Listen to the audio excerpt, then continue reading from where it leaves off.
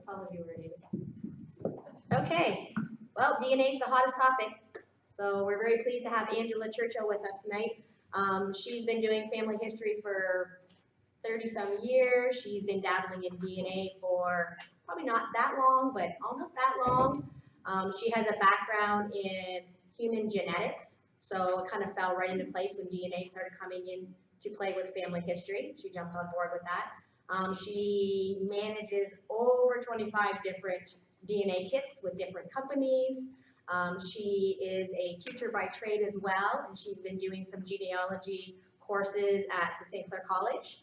What else? In my mind, she's an expert, but she'll say she's not an expert, but I think she's more advanced than any of us in this room. She also is helping at Kent Branch to run a monthly DNA study group where we just get together and we just talk about what we want to talk about. There's not so much a presentation, but if you have questions, we all get together and we all have a little chit chat. So I think you will be pleasantly pleased with her presentation. So without further ado, Angela, please come on up.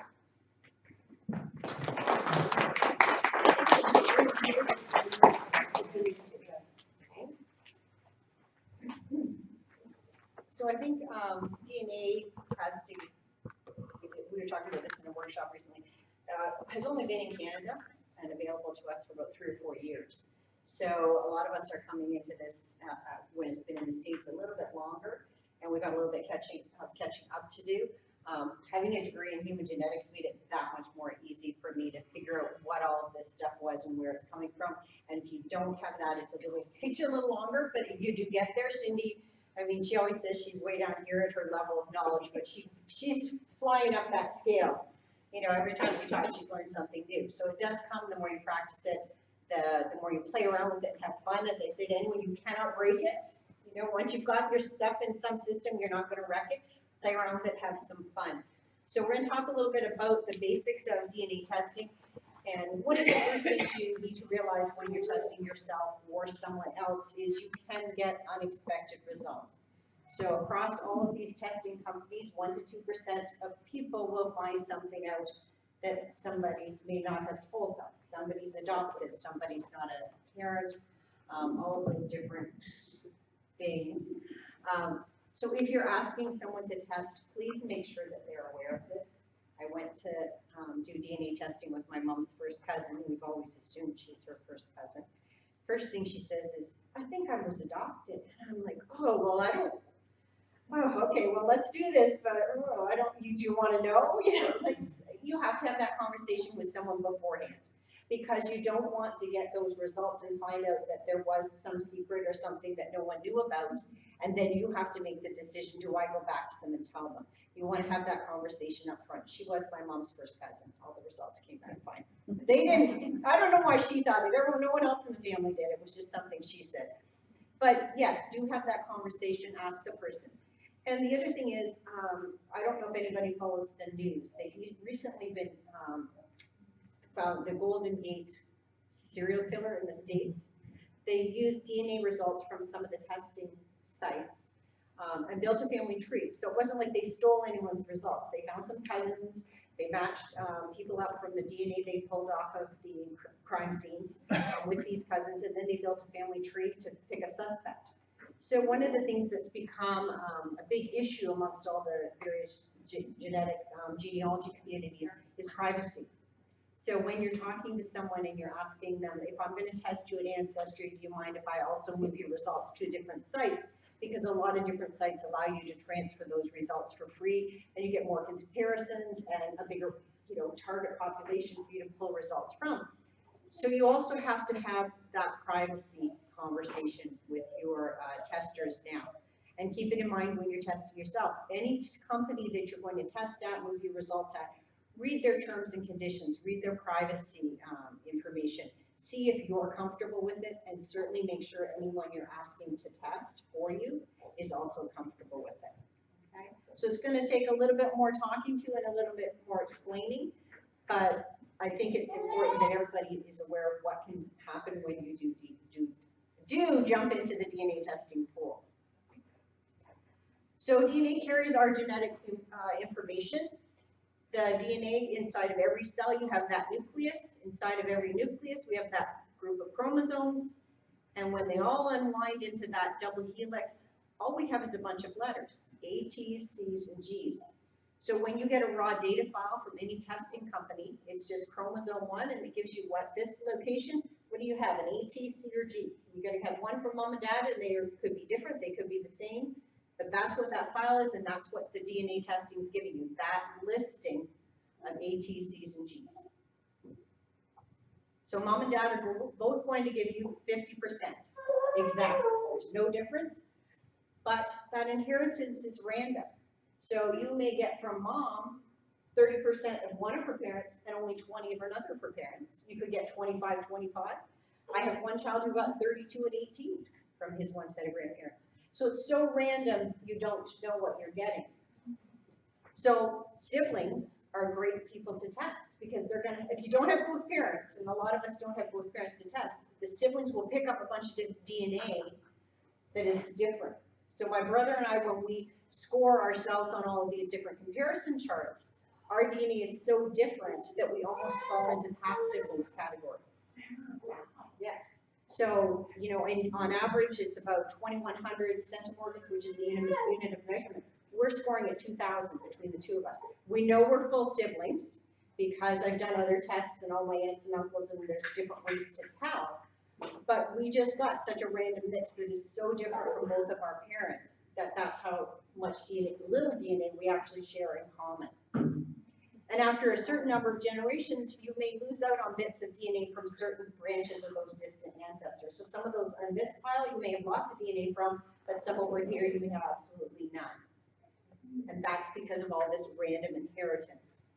So you will have a set of genealogical cousins, that's everybody in your family tree, but you won't share DNA with everybody in that tree coming down. So all those cousins that are spread out, your second, third, fourth, you're going to share some DNA with some and not with others, and the DNA you share amongst you may be in different parts of your chromosomes, so you may not share the same bits and pieces. So that's why when you're starting off testing, and I tested myself first and looked at it and said, I'm not getting too far with this. So then I had an aunt test, and then I'm like, oh, now things are making sense. I can figure out this matches my aunt, this is not matching my aunt, where am I coming from? Then I'm like, Mom, happy Mother's Day, here's this tube spit in it. You know, she spit in several tubes, so is my brother. My whole family's used to me now. Because I test with different companies to get different results and different things.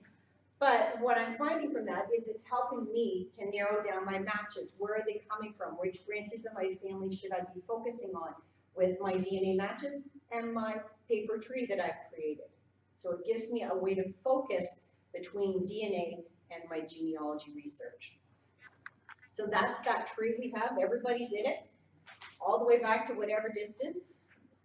And then all of a sudden, when you do that DNA test, you find your missing bits and pieces. So those are the relatives you're not going to have in common with, DNA in common with. But then you can't test an aunt or a second cousin, and all of a sudden they're popping up because that little bit you're missing, they've got. So that's how you spread the work out and make it easier to find some of those matches that you're hoping for to prove different lines and give you evidence that, yes, I'm looking at the right line and the right family when you're looking at that paper trail. You know, when you got the same family, they're all related, and there's so many Johns and Williams and Bobs. Am I in the right group with John and Williams and Bobs? And that can sometimes help you narrow it down when you've tested a group of people around that family tree. So all this DNA is packed into 46 chromosomes. We have those same 46 chromosomes in every cell in our body. So our hair, skin, teeth, bones. Of those 46 chromosomes, 22 pairs of them are the autosomes.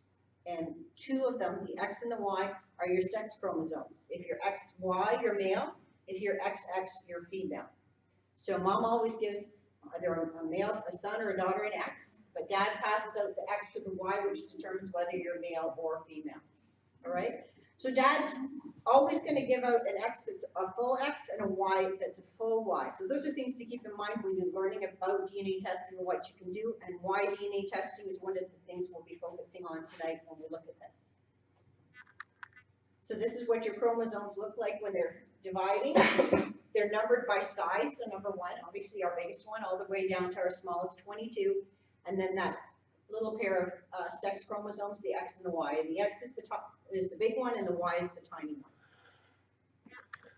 So all of the information that makes us who we are is carried in our DNA, our hair, eye color. I had to laugh. I did 23andMe, and it does for fun the Neanderthal DNA.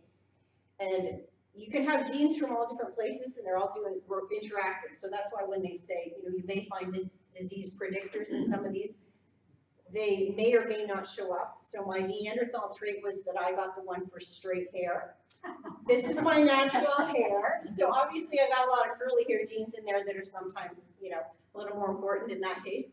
So all of this code in there is coding for all these different things within our bodies. But 99.9% approximately between every one of us in this room is exactly the same. So it's that 0.1%, which is different, which is where the DNA companies are going to look. So we've got all these little letters along here, and most of those letters between you and I are all going to be exactly the same. So the DNA companies are saying, well, this area, there's some variation. So you're going to have something different than I am, quite likely, so that's where we're going to look. So they're taking spot checks along your DNA. And that's where they're looking for those differences, and that's where they give you the comparisons to help you figure out who your DNA cousins are. So we have this Y line that's always coming, as I was saying earlier, from the dad to the son, to the son, to the son, all the way down. We have the autosomal DNA in the center, which you're getting from mom and dad 50-50. And then mom is also passing something down that's called mitochondrial DNA, and it goes to sons and daughters. But sons don't pass it on. If they marry and have children, it will come from their wives, that mitochondria. So it's called it's a maternal line, just like the Y is a paternal line, and it can be tracked. And we'll talk a little bit about how useful it is and what you can do with it. So first we're going to talk about the Y, so it's father to son, all the way down.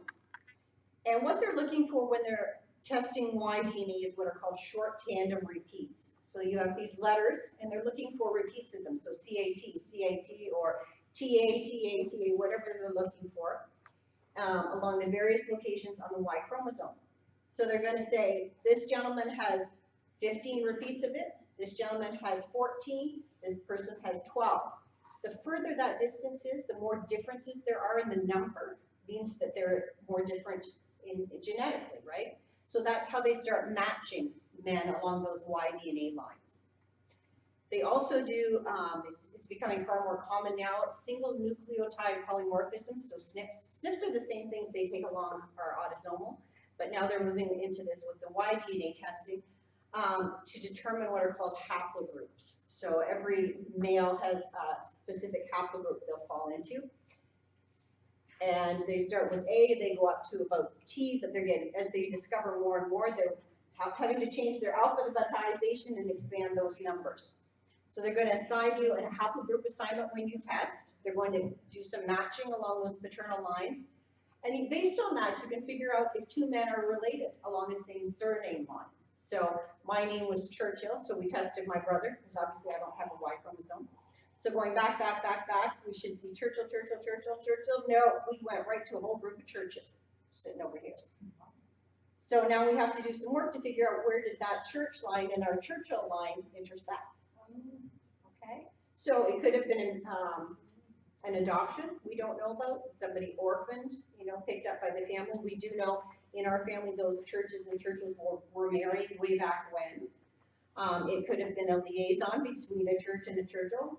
We have to figure that out ourselves now, all right? My husband, we tested him, he falls in the right group of people, but it's, a bunch of distant matches, so now we have to do a little more work to figure out which group he falls into more likely. So it isn't just that they hand you an answer. They may hand you a puzzle, they may hand you some clues when you do Y DNA testing, and you have to do that paperwork and that genealogy research in order to figure it all out, okay? So if two men are related along a paternal line, they will have the exact same haplogroup. Two men with different haplogroups are not related along a surname line. Now the STRs they use are slowly changing. The Y DNA doesn't change very quickly. So they use these STRs to predict genetic distance. So we have this little tree of where you fall, an A, B, C, that's your haplogroup. Most men of European descent fall into R1b or R1a. Okay? Those are the most common European ones. And then the ones at the far end, some of them come out of Africa, and then they spread out globally in various places. And if you do the testing, you will get migration patterns and the prevalence of your type of haplogroup if you're a male, where your Y falls on a spectrum, and where it originated. Because it's based on mutations. So the first group would have had this mutation, then a new mutation arises, so they create a subgroup, right? And then a new mutation, and now we've got another subgroup. So that's how the Y DNA is categorized. So when we're talking about those SNPs, those little changes at the bottom, they're called when you're doing Y DNA testing, they identify you by your terminal SNP. So it's the last change or mutation that is tested. And right now you can go as far as having your entire Y tested. It's about $500 Canadian, I think, when you get a good sale. And you get a good dollar rate because it's an American testing company. And then you can get the whole thing, and every individual male who tests will have their own specific mutations that are unique to him.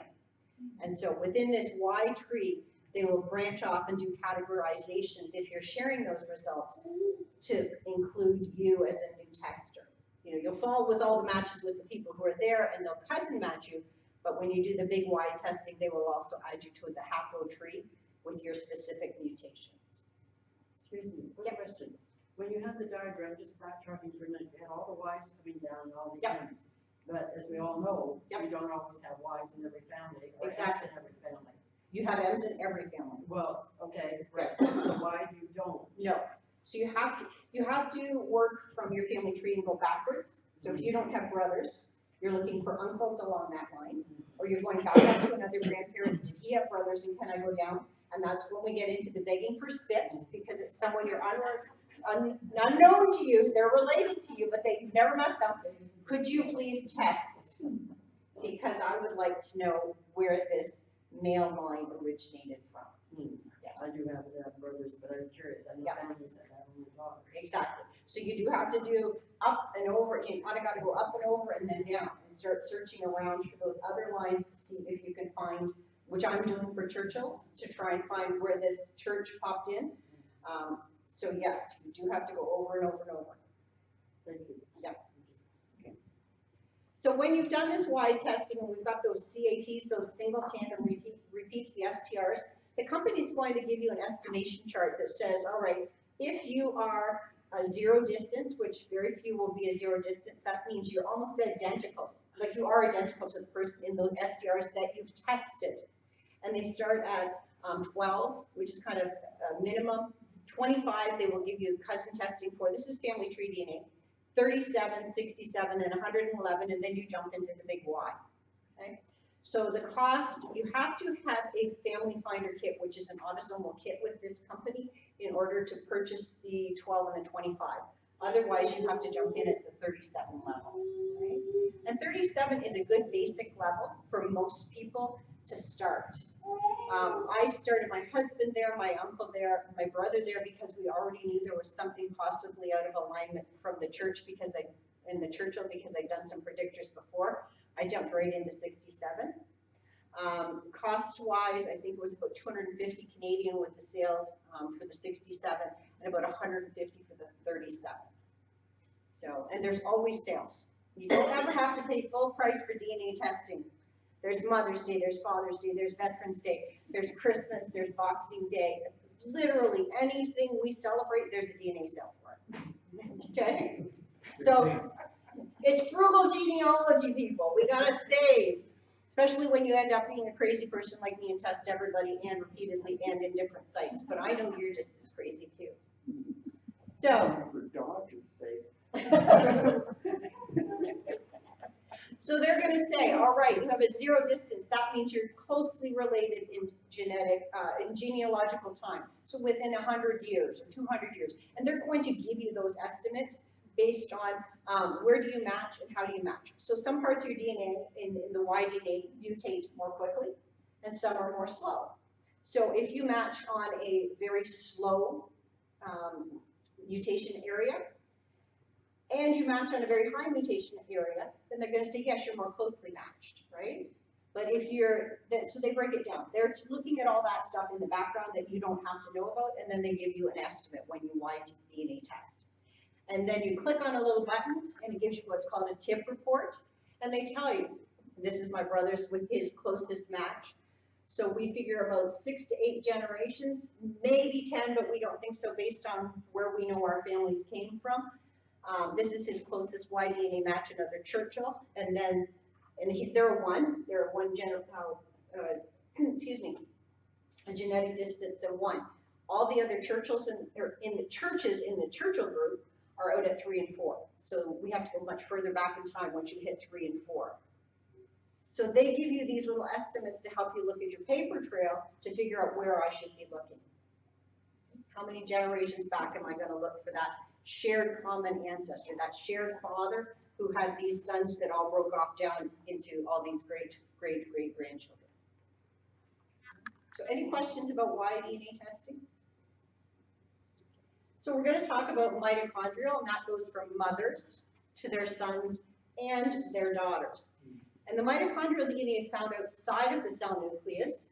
It's found in these little organisms called the mitochondria, and they're circular DNA. And mitochondrial DNA changes very, very, very slowly. So the problem with it is you could have a match, but the match goes back 1,000 years. So that's very hard for us to follow that. There's not many of us who've got a paper trail 1,000 years back into the past that follows your mothers, because with mothers, that maiden name is our stumbling block, right? So it will help us if we want to look at it though, because sometimes it'll give us a specific haplogroup. It's like the Y-DNA, we put you in a haplogroup, the A, B, C, Ds, up to wherever. It may give you a direction for where there was an origin, a place of origin for your mitochondrial DNA and that mothers. And if it happens to fall into a Native American category, you know it's Native American. If it falls into a specific African category, right? There's some that are very distinct that it can help you with. If you're more common, just a European kind of thing, it's a lot less useful. So it's $200 US to test this generally, on sale about $150 US. So you have to have a reason to test mitochondrial to get cousin matching at family tree DNA. 23andMe and Living DNA will give you a partial haplogroup, but they don't do any matching based on that in your mitochondrial. Only family tree DNA does. So you want to have a reason to spend the money in order to do the test because you've got a question that you think that test will answer. Okay, so that would if I had my DNA done through Ancestry. Yes. And I'm having all kinds of matches through my father's family. Yes. But not that many from my mother's. Now hers last name is a common name too, Walker. And Part of it? that would explain it? No. No? No, because that's autosomal, right? Yeah. So part of it could simply be that wherever she's from, not many people are testing, right? You have to have people testing in order to match you. So if this group of people, we're as Canadians and Americans, we tend to be immigrants. We want to know where we trace back to. If you're in Europe, your family's been there and they've lived there, and you don't care because you know that this is where my family's always been. So my UK cousins, I'm like, you guys want tests because I'm really interested because they're all from my gypsy family tree. They're like, no, we're not interested because we've always been there is how they feel like. They're getting interested. It's becoming more common. Europe is way behind, but the UK and Ireland, they're only about 5 years behind in interest. They're really picking up, and Ireland especially has lots of genetic genealogy going on. The UK a little less so. Scotland is starting to pick up. Living DNA, because of its presence as a UK company, is building that interest because they're promising them a breakdown that is by county. So that's why the British are excited, right? So they're starting to come on board over there. But in France, the law prohibits them from DNA testing, so they do a lot of workarounds. It's to do with privacy and different issues and inheritance. So it's illegal. There's a huge petition and there's a lot of genetic genealogists and other genealogists in France trying to get this kind of overturned. Germany's kind of got some prohibitions too. So there's a lot of DNA kits sneaking in and out of these countries, so they are getting people tested. It's just not that they're not sold there directly yet. So that change is coming, it's just a little behind. So when we're trying to match back to Ireland, or we're trying to match back to Germany, we're gonna have to wait a little while to find those matches. So depending on where your mom's family is from, it may be that there's just not the interest yet, or it may be that there weren't that many people coming down that have tested. There's various reasons it could be. You could have a misattributed parentage. So maybe those names you're expected to show up aren't showing up because great-great-grandpa wasn't great-great-grandpa. You don't know. I have a lady, I've looked, we've got a DNA match with almost everyone in my family. She's got a great big beautiful German family tree. Every single name is German. There is no German in my family tree anywhere. And I'm pretty sure mine's accurate. And she's got a misattributed parentage of some sort that she doesn't know about. I'm not emailing her, I don't want to open that can of worms.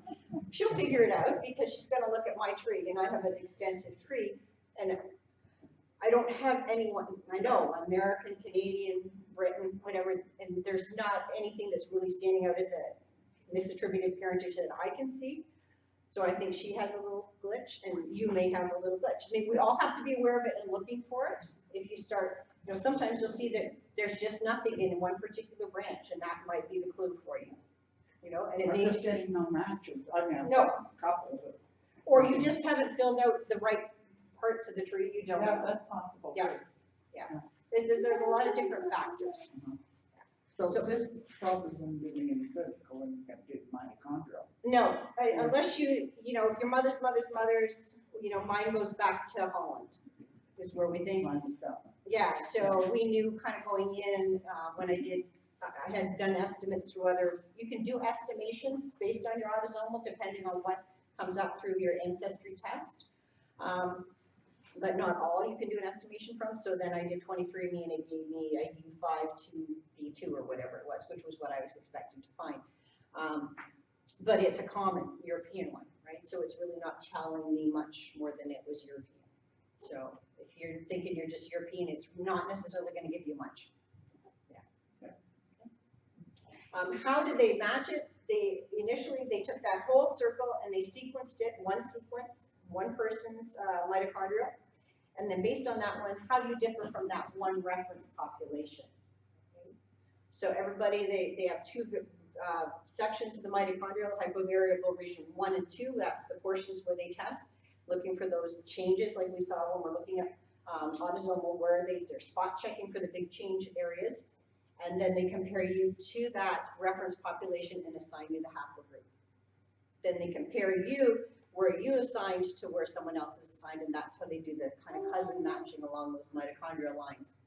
But as I said, when you can be looking at 10,000 years in the past, some of them, cousin matching up to 550, even at a 0 genetic distance. That means you've got absolutely everything's in common.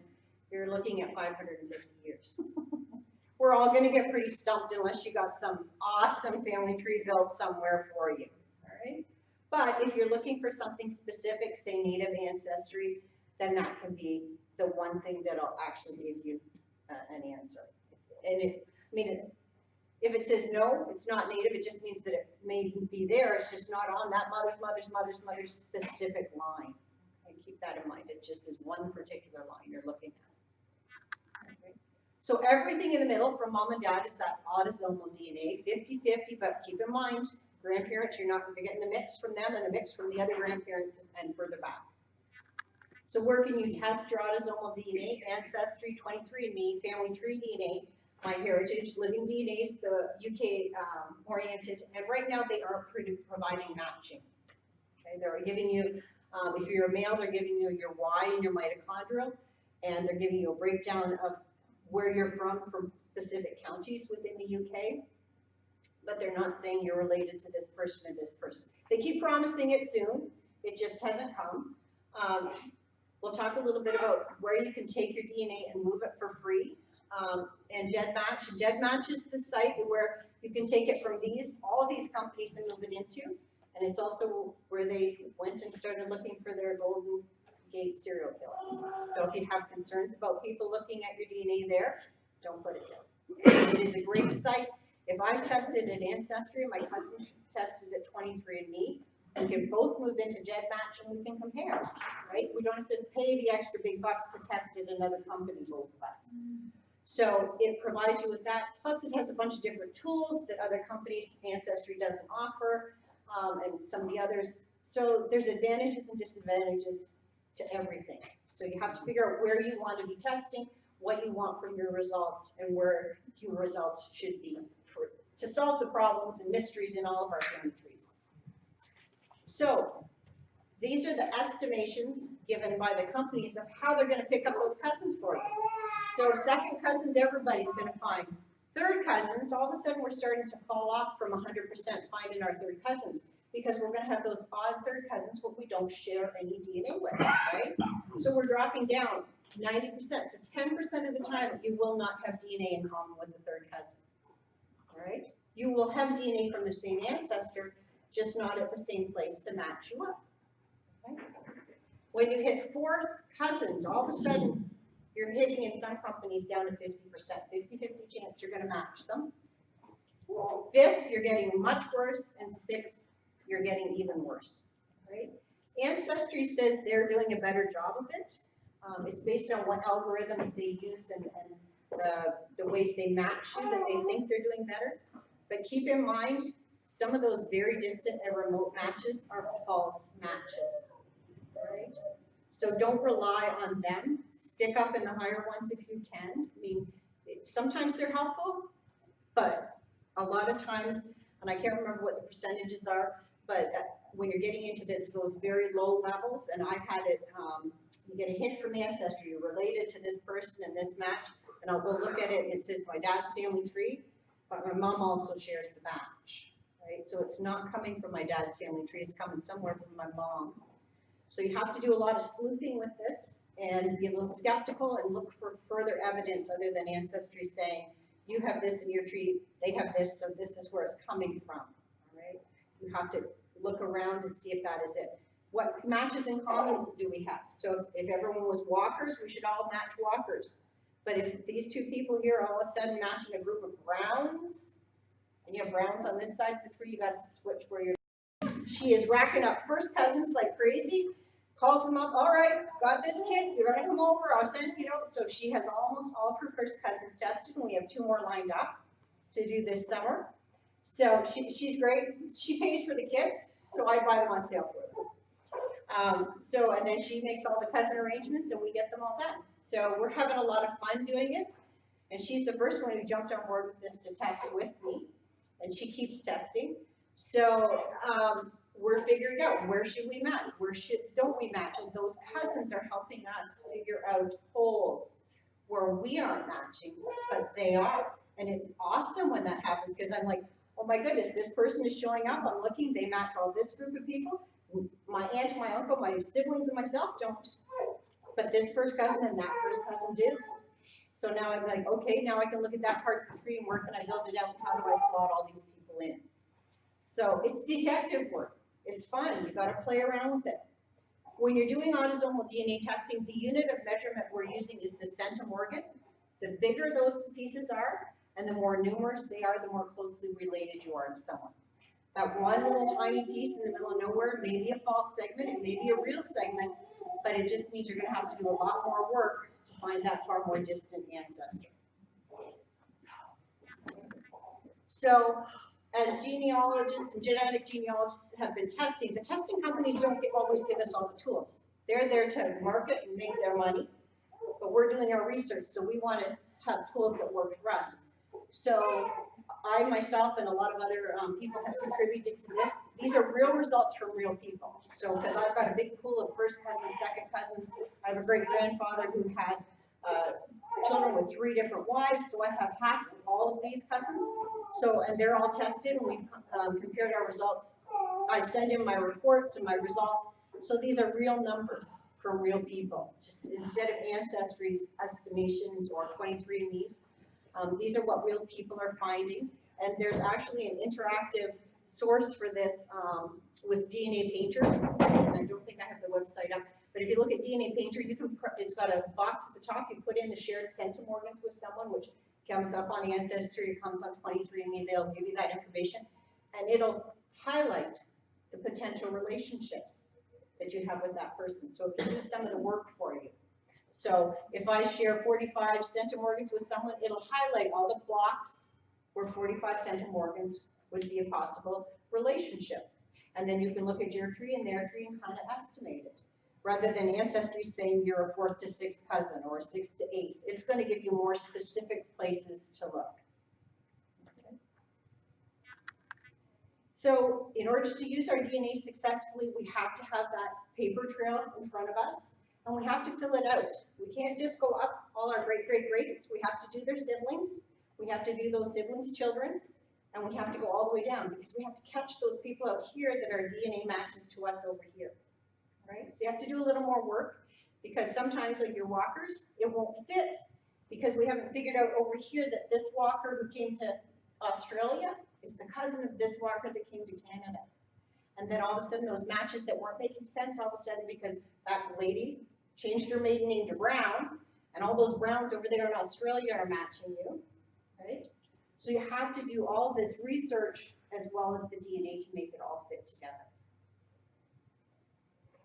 So when you've got those people's information in front of you, you're going to review their trees to try and find some common ancestors, common names. Don't just rely on the hints that the companies are giving you.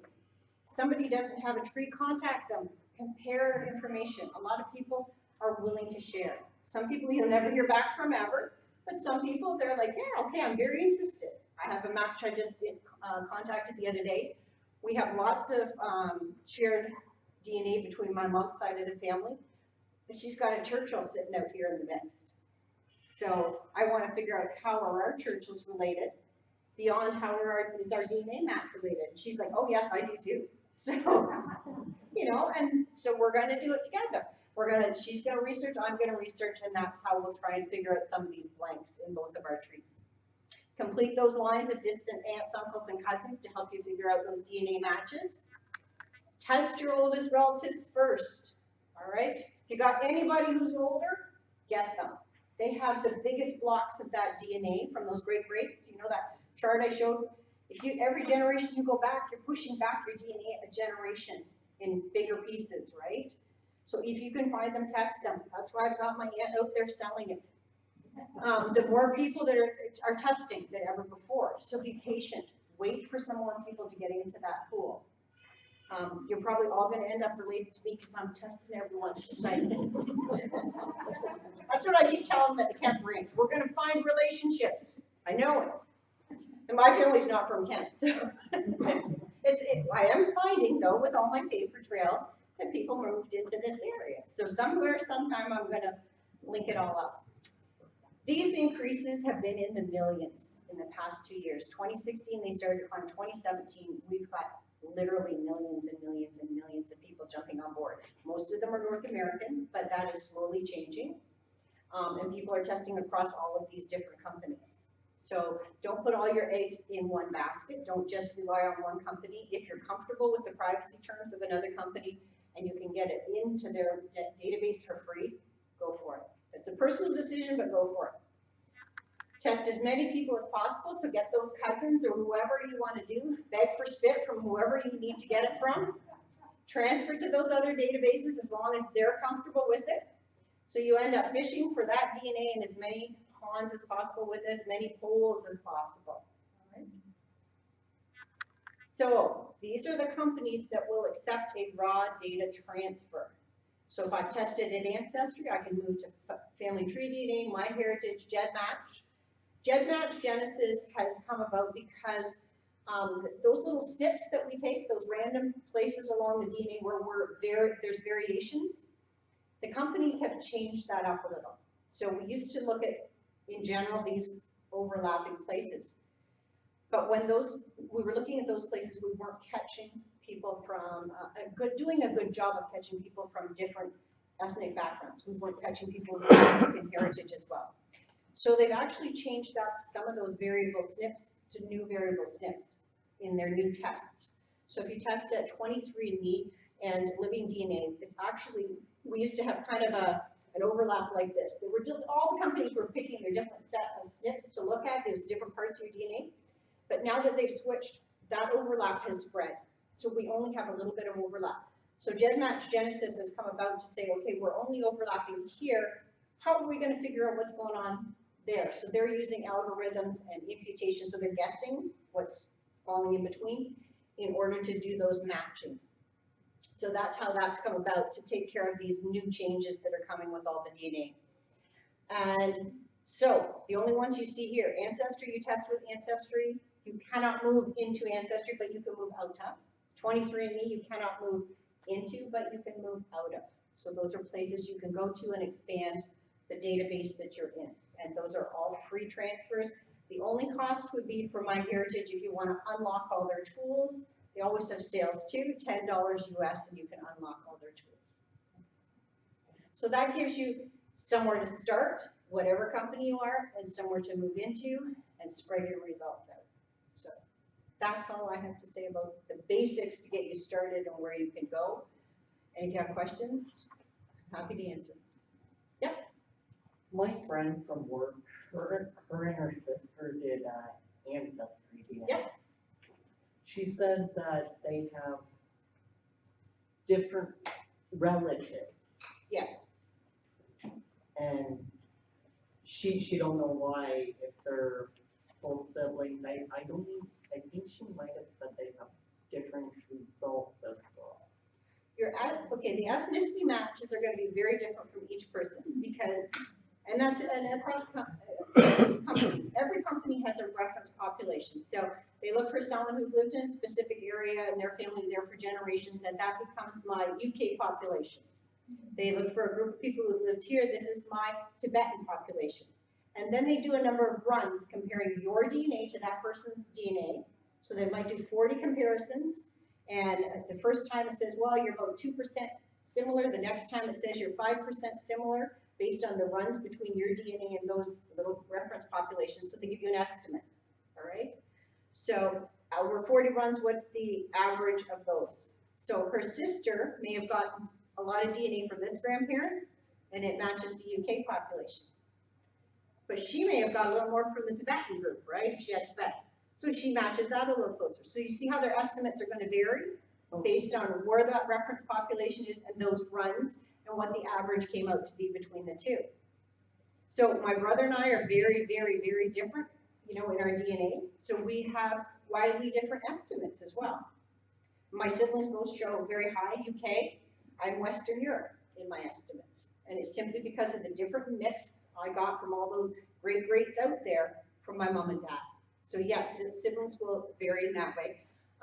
Also, I got different DNA from mom and dad, so it means I have different cousin subsets from mom and dad. So yeah, I'll match this cousin, and my brother won't match them at all, my sister won't, but my uncle will. So my uncle and I have that bit of DNA in common with them, or some DNA. It doesn't mean it's the Ancestry won't show you. You have to be on MyHeritage or something with a chromosome browser to see if it's the exact same piece. My brother will have a match over here, and my sister and I won't. You know, so we're all picking up different bits and pieces because we got different pieces from those greats out there. So that is totally. She was just wondering, she's Yep. like thinking, okay, is mommy and daddy not telling us? Exactly. and that, you know, if I hadn't known what I knew with my brothers and my results and all the estimators, you know, if I had just thrown it in there and they said we were half siblings, I'd have been, ooh, I better have a conversation with mom. But no, it's just a little bit of knowledge, look into what it's showing, because you should have some shared common ones. You know, they're going to be the closer ones that everybody's going to have. Their second cousins, you're going to share DNA with them, and they're going to both share them. Yep. Identical twins should match. No. They, not with the ethnicity estimates, they don't, because remember, we're running 40 runs, right? So in that 40 runs, they're not, it's like rolling dice, right? So even the ethnicity estimates, even between identical twins, will not always come out the same. But their cousin matching should be the same. But keep in mind, those SNPs we're talking about, sometimes they get what are called miscalls. So they can't get a read. So they may throw in something that's inaccurate. So there's statistics on all of that and what they are. So they're there may be occasions where identical twins will have a missed call and that it may be off, but it's not gonna mean they're not the same with second cousins. They're always gonna be the same, right? Subsets. They do find identical twins. They will show up as parents of the other child, their children. Yes, so it does work that way. So this, because they have an exact set of things. So if they each have a child within this system, they'll show up as the parent to that child, both of them, if they're identical. Yeah. So, but the ethnicity. Step that again here. My husband is an identical twin, so So- I'm not on this. If they have children, Right. those children can show up as parents to the opposite twin, right? Parent-child relationship, because they share 50-50, right? They should match on half their DNA, right? The half they got from the parent. Some of them will, yeah. I mean, if you test, it should work, I mean, each company has different SNPs, right? So if you were comparing this from this, it's gonna be a little different. It may not estimate it fully, but if both are in Ancestry, it should be a little closer to being, following that. I haven't gotten the identical twins to test, but that's what the results show from people who've reported it, so, yeah. So does that answer your question, why she'd have? Yeah. Yep, okay. So actually, I have two somewhat related questions. The first one is, as someone who knows nothing about genealogy, Yep. nor have I ever engaged in any exploration like Yep. that, my first question is, you presented numerous companies, and they're fairly well publicized. Yep. What company do I go to? How do I know which one to select, where to go? Do you have any recommendations with regard to that for an absolute newbie like me? Or what would be your thoughts regarding that? What's your purpose in finding, what do you want to look for? I guess would be, what are you looking for? If you haven't And done my that, answer is that I don't know. you don't know. Yeah. Then, if we're gonna be a frugal genealogist or a Yeah. frugal spender, we're gonna test an Ancestry first, because it's, the best sales. And then you're gonna transfer to free to all of these sites. And I don't know if any of you guys are DNA junkies like I am, 23andMe allowed on DNA Day. You gotta watch for these cool things. DNA Day, you could transfer from Ancestry to 23andMe for free. And they give you 4 little things, like 4 little personality trait things and stuff. But the good part of that, and they'll have it again. It was so hugely popular, we could barely get into the website. But the good side of that was now all of my relatives, I sat and downloaded 20-something kits into 23andMe like crazy. So you can get into these things for free and for fun, but now they let you do matching and comparisons that you couldn't do before. So I can pull my brothers and sisters' results out and compare what my mom and I are currently tested there, because I was doing this in the meantime, but now we can pull stuff out. So you've got to always be watching for free. Get on some of the Facebook, genetic genealogy tips and techniques. ISOG, which is International Society of Genetic Genealogists. These are like instantaneous. Anytime there's a sale, promotion, or anything, everyone's talking about it, right? So, I mean, we all crash all the servers because we all go running to do the stuff that if there's anything cool coming up. But start at Ancestry because it's the biggest database, right? It's 10 to 12 million now, and it's growing. It's crazy. 23andMe isn't too far behind. If you want the health reports, start with 23andMe, all right? But it is still 5 to 7 million. They're a little smaller and behind. But then if you're trying to get into genealogy and find matching and cousins, you go from Ancestry for free to 4 other databases. So all of a sudden you've got 5 databases you're testing from. Okay, now, I've had my ancestry down. Yep. Ancestry and DNA, and I was thinking about going to 23andMe. Yes. One I was thinking about to have done. Yes, But now I can download, your raw data. So you go Ancestry settings, down on the sideboard, like DNA, and then settings, download raw data. You're gonna pull it into your laptop as a download file.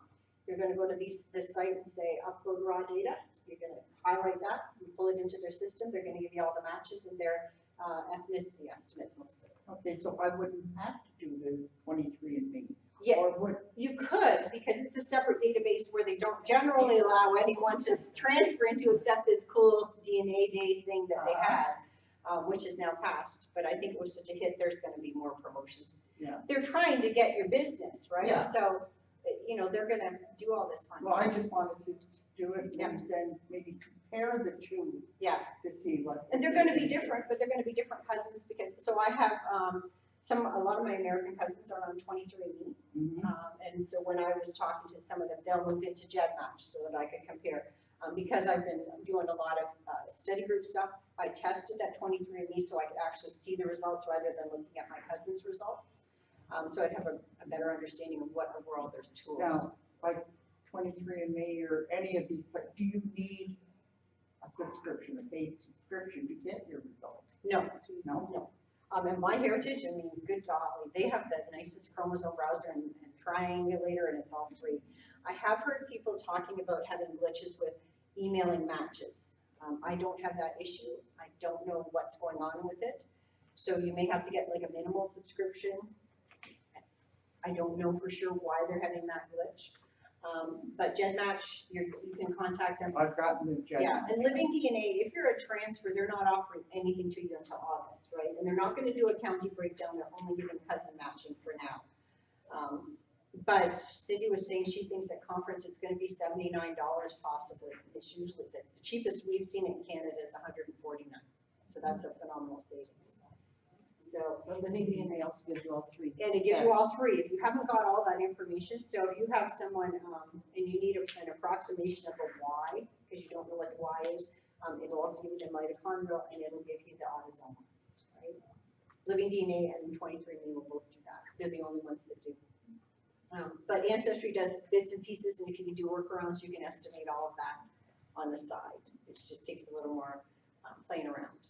So to get back to you, yes, that's where I start, Ancestry, because of the size, then move into these for free, and then if you want to add 23andMe at some point.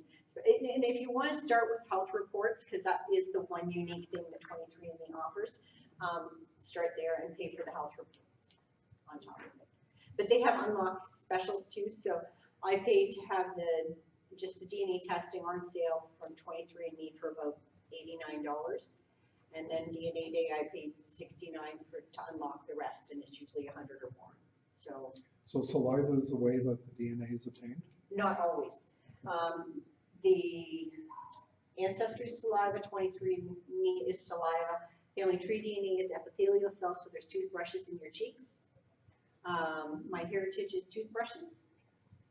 GEDmatch was just, you're transferring from elsewhere. Living DNA, who did it? Living DNA is the swabs. The swabs. Yeah, it's a little different than. So the must the DNA come from someone who is alive? No, In well, other words, my mother passed away 2 years ago. I think I could probably get from a hairbrush, you know, that kind. Is that's, that possible? yes, It's possible, but it's just starting, okay? So it's called, like artifact DNA, right? It's just starting to come about, so Living DNA is the only company currently offering it, and it's for things like postage stamps and letters. Starting price is $1,000, goes up to $2,000, I think $2,500. It's only just starting now. They figure within 5 to 10 years, it will be reasonably priced. Like these DNA tests 10 years ago were $300-400.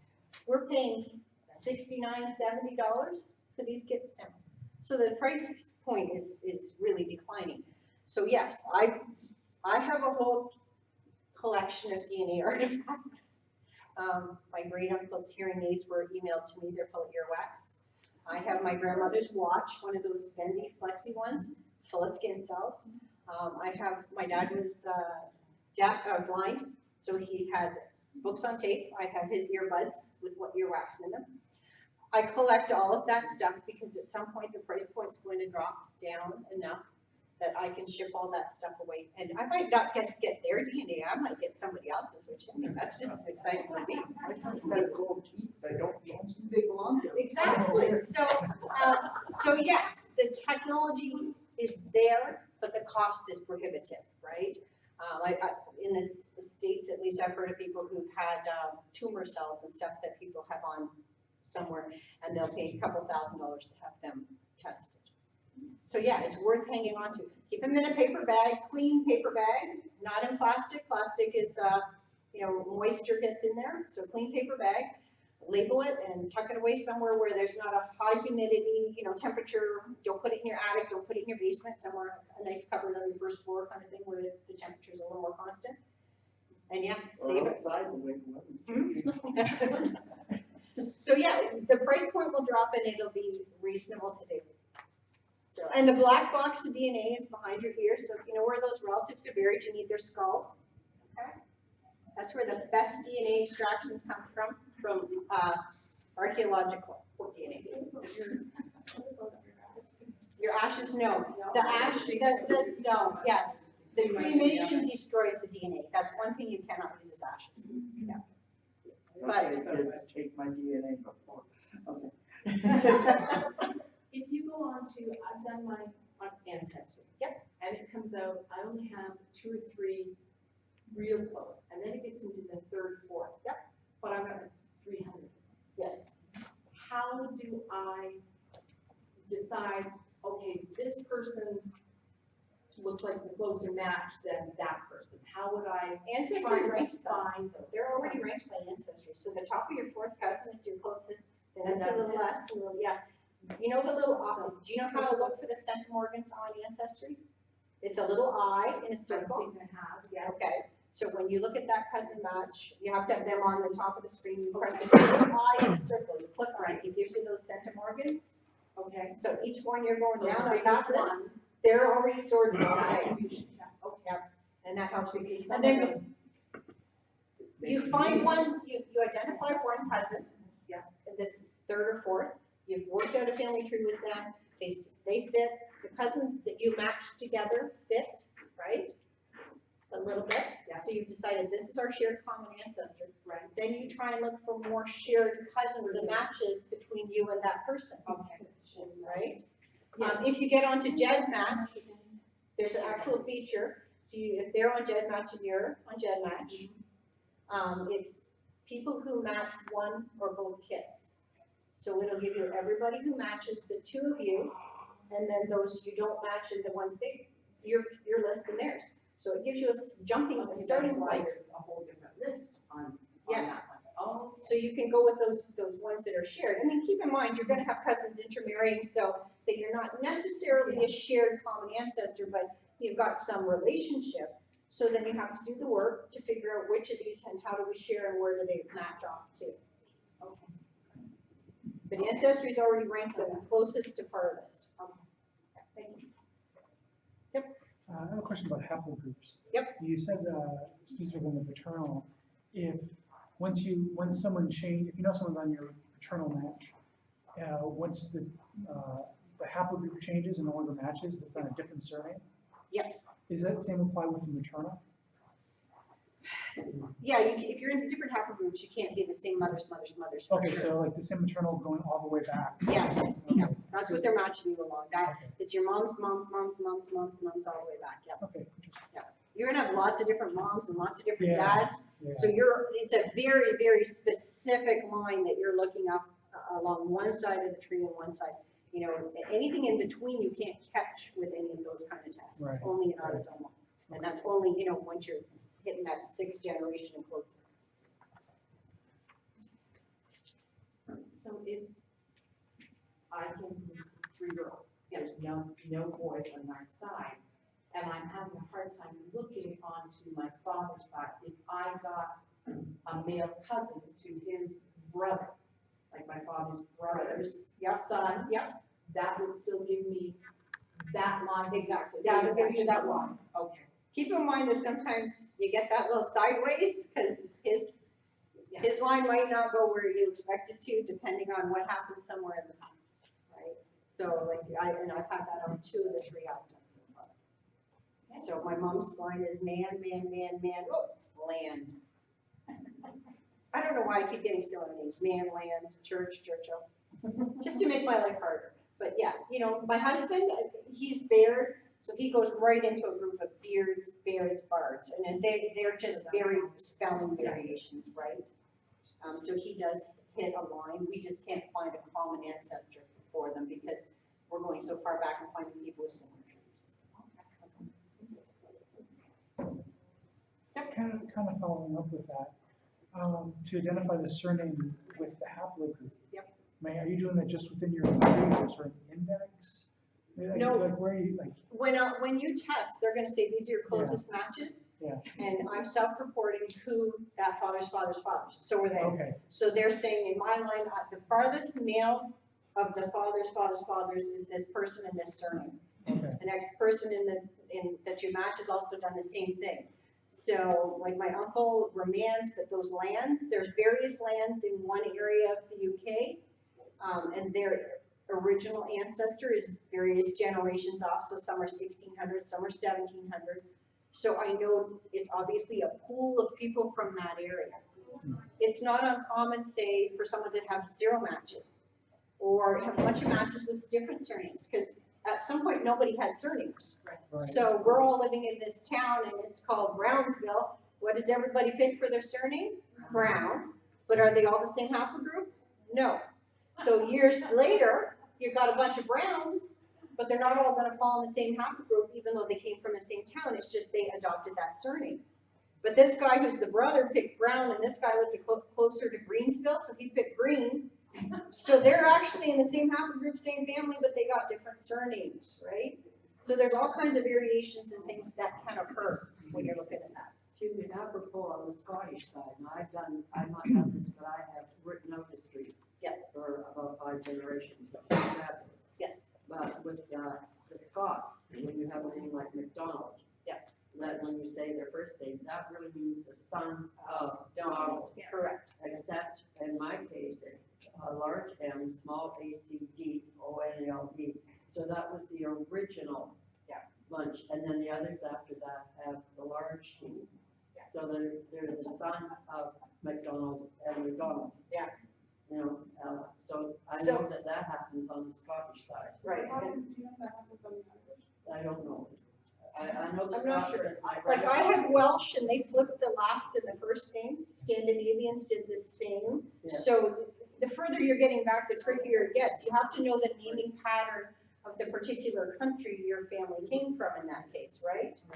That's So, why I bring that up with the yeah. Scots. I know that. yeah, so it's there's all kinds of complications. You always have to know where you're looking and what you're looking for to come up with an expert. That's why the paper, knowing a little bit about genealogy helps you when you're doing this kind of thing.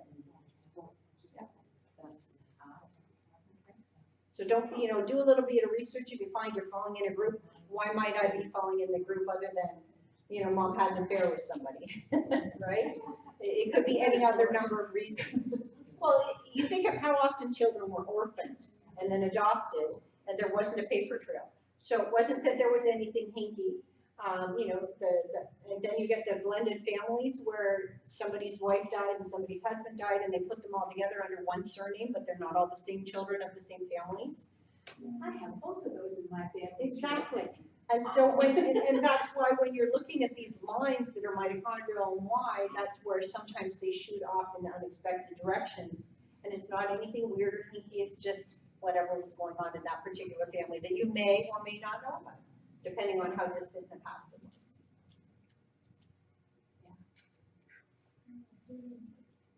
Okay. Just a comment on family tree DNA for my husband. One of his highest relatives is down as anonymous. Exactly. And I hate anonymous. But I took the chance and I emailed him. And because his father recognized our name, he contacted us. So don't be afraid to contact somebody who says anonymous. Don't contact anyone and everyone I do randomly. There are so many on Ancestry without. Yeah. Well, and Yes. yesterday I shot off an email. There was this one lady I could not figure. She's a first cousin, second cousin ranged to my mom and aunts and uncles, and second to me. And I'm like, I know every second cousin. I really do. And so unless it's something unusual going on, but she had her username as CFLPS something, and I was like, it wasn't making any sense, there's no trees, she's got 3 trees, none of them match anything I'm related to or anything. So I shoot her an email, and she's like, yeah, it's so-and-so, and it's like my great-grandmother's sister, descendants. But she's got such a bizarre thing going on out here, and I didn't know she tested at Ancestry. I knew her sister had tested at 23andMe, and we got all that sorted out. But she just had such a bizarre combination, and I think she assumed I should have known that, but I'm like, there's no tree, and your mom's maiden name isn't the same as what I'm looking for, and I'm certainly not yours, so, I'm sorry, just your username threw me off, and, you know, but don't hesitate to email people. You get some really good responses and really helpful people. As far as I'm concerned, when someone jumps in to research a branch that we share, and I don't have to do that research all by myself, it's a godsend. Seriously, nobody in my family does this. My siblings aren't interested. My husband's family's not interested. My niece, her husband has gotten into this. He says to me yesterday, he's got DNA testing for him and his grandma. He says, I've got a few emails in there. I really don't know how to respond. Do you want to take care of that for me? So now I've done him a family tree. Now I have to go figure out how his DNA matches family tree on top of all my own. So, you know, don't tell too many people that you can do this once you can do it, because everybody asks for help. So, but yeah, no, I mean, it's fun. I volunteer myself all the time, but yeah. Do you know anything about Wall to Wall out of the UK? No. It's kind of a show like Finding Roots. Okay, yes, yeah, sure. They contacted me and I'm a little nervous about well, I kind of said I'd be interested to hear what you have to say, and he wrote back and he gave me the link. I was at work, so I said, Okay, yeah. go online, Yeah. look, make sure it's all legit, and he sent me a questionnaire. My dad's 100, so I had done his DNA, and I said, I think you're meeting my father, and she said, yes, but also yours, and you're saying that we're related to something famous. So I'm waiting for another response after mine. But I'm kind of like, is this legit? Like, you know what I mean? There's so many scams. Yeah, no, it is. So I was gonna just kind of ask tonight, has anybody ever heard of this? And I have, yes, I've heard of that, yeah. And I mean, I have gone back to, you know, I know, like, the only famous people I know was his 2 grandfathers, his mother's father and his father's fathers were mayors. Yeah. And then there was an actor, I don't know any other famous people. Maybe. Who knows? But absolutely obscure branches of your family can be related. I got an email years ago, this is before DNA testing, from a gentleman. He says, he's a lazy genealogist. Once we've got talking, that's what he said. But he says, my sister-in-law says I should email you. He said, she wanted me to tell you that your Emma Willem's brother, John Willem, married a Louise something. And they had a daughter, Louise Willem. Louise married John French. Her daughter Louise married, and I can't remember the first name, Mr. Harrison, that's how he said it, Mr. Harrison. And their son had some measure of success in a 4-piece rhythm and blues band. That's how he emailed me. Oh my God, George Harrison. George Harrison is my dad's, George Harrison was my dad's 3rd cousin. What? Wow. So, and that's an absolutely obscure, out of nowhere, little tiny family in the UK, right? So if they're looking at you from a UK match, you could be anybody, right? And I still have family over there, I came over there, and like I said, I do have a cousin that's a doctor, and I do have a cousin that's this, with a fire, but to me, that's not famous, so I don't know, like, just when my information's gonna happen, so every day now, I'm looking for my email back, well, To it's see gonna what be the weekend. Well, I don't know, does anybody know Jim Palmer, the pitcher, Tidy Whitey commercials? He was adopted. So his bazillionth wife, I don't remember what they said in the article, got very interested in finding his birth family. And so when she was fishing for people, she would say, my husband's really famous, you might want to know about your connection with him. And that's how she got people to respond. So, you know, Yeah. it's quite possible, because Well, maybe I'll get a trick. you might get anything. It's, you know, So don't now I'm like, if I talk to my cousin Taylor to tell them this, because I don't want them to like. Well, my grandmother, I mean, when I told her that whatever, you know, George Harrison was from her family, she was pretty excited. Angela, we really appreciate, Me talking and talking.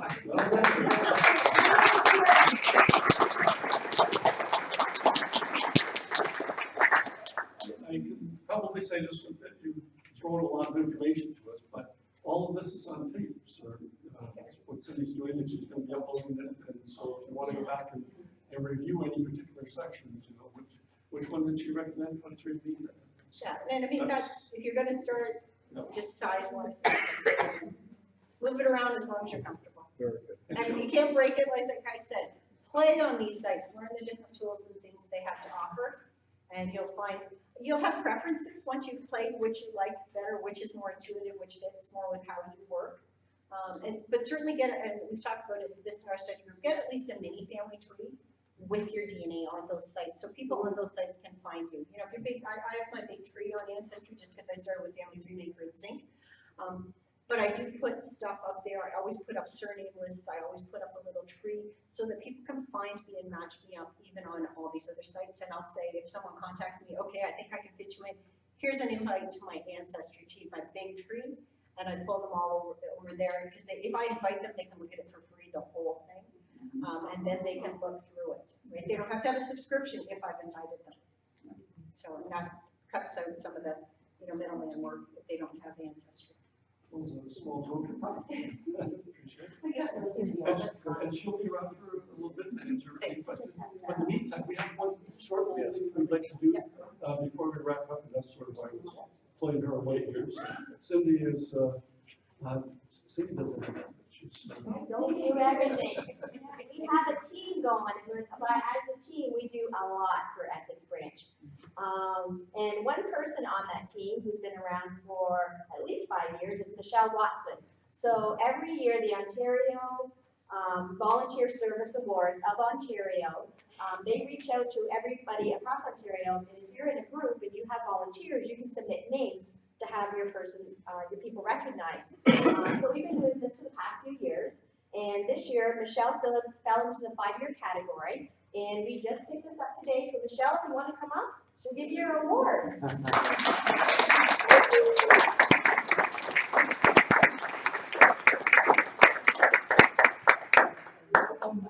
your 5-year pin, maybe a little award. Yeah. So Michelle does all the publicity for us, and she helps with the website, and she's on the team council. So thank you so much for all Yeah, thank you.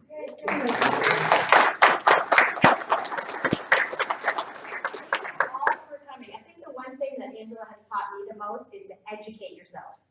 There are so many blogs, so many YouTube channels on DNA, webinars. Just the more you can read.